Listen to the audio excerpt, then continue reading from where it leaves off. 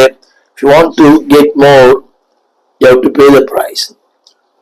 Your selfless, உன்னுடைய சுயம் உன்னை விட்டு நீங்க வேண்டும். இன்றைக்கு பாட்டெல்லாம் பாடுறோம், சுயம் என்னில் சாம்பலாய் மாற சுத்தாவிய அனல் மூட்டும். சுயம் மாறவே தெரியல, கோபம் மூக்கு மேல வருது. நல்ல ஆவிக்குரிய அனுபவம் தான். உன்னுடைய முதிர்ச்சி எப்ப தெரியுமோ, எதிர்மறையான சூழ்நிலைகளிலே அவன் எப்படி தன்னை வெளிப்படுத்துகிறான்.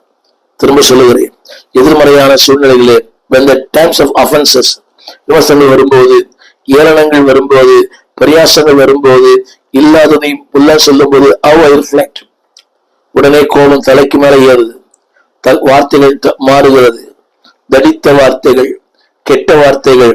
என்னை கேட்டுக்கொண்டிருக்கிற அன்பு தேவ பிள்ளையே, if you want to get more, yourself should be less. உடைய சுயம் அதாவது முற்றிலும் அகற்றப்பட வேண்டும். 42:6 சொல்லுகிறார், ஆகையால் நான் என்னை அருவருத்து, அதாவது செல்ஃப் டினையல், நான் என்னை யாருமே அவங்களை அருவருப்பதில்லை. நான் என் மனைவி, என் குழந்தை, எனக்கு எது விருப்பமோ அதை செய்வேன். ஆண்டு விருப்பமா அதை பற்றி எனக்கு ஐ டோன்ட் கேர். ஊழியனுக்கு விருப்பமா ஐ டோன்ட் கேர். இது கர்த்தருக்கு பிரியமா ஐ டோன்ட் கேர். எனக்கு எது விருப்பமோ, என் பார்வைக்கு சரியாய் தோன்றுகிறதோ, அப்படிதான் சொல்லுகிறது.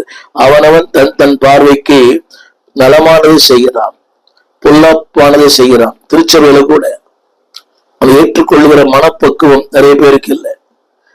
பெரியவர்களுக்கும் இல்லை, பிள்ளைகளுக்கும் இல்லை. ஒரு பெரியவருக்கு சொல்லுகிறேன், இது அவருடைய பிள்ளையை பற்றி. இந்த பிள்ளை இப்படி இருக்கிறாரு, தவறான வாழ்க்கை வாழ்கிறார், தவறான கிரியை செய்கிறார், அவருடைய பாதை சரியில்லை. அந்த பெற்றோருக்கு, தகப்பனுக்கு உடனே கோபம். அவர் என்னை விலாசி தள்ளினார், கேவலமான வார்த்தைகளை என்னோடு பேசினார். ஆனால் காலங்கள் மாறின போது அதே மகன் அந்த தகப்பனை தூக்கி எறிந்து விட்டார்.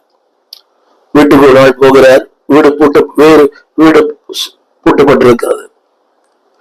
அவர் சொல்லுகிறார், இந்த இரவெல்லாம் வெளியிலே உட்கார்ந்திருந்தார்.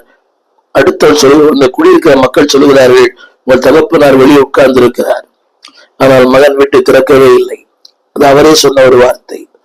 நான் சொல்ல வந்த வார்த்தை, when God corrects you, தேவன் உங்களை கண்டிக்கும் போது, ஒரு ஊழியர் கண்டிக்கும் போது அதை ஏற்றுக்கொள்ளுங்கள். Don't despise, don't deny. அதை நீங்கள் அற்பமா என வேண்டாம். யோபு சொல்லுகிறார், அவ்வளவு மிகப்பெரிய மனிதன் தன்னை அருவருத்து, செல்ஃப் டினையல், என் ஆசைகள்,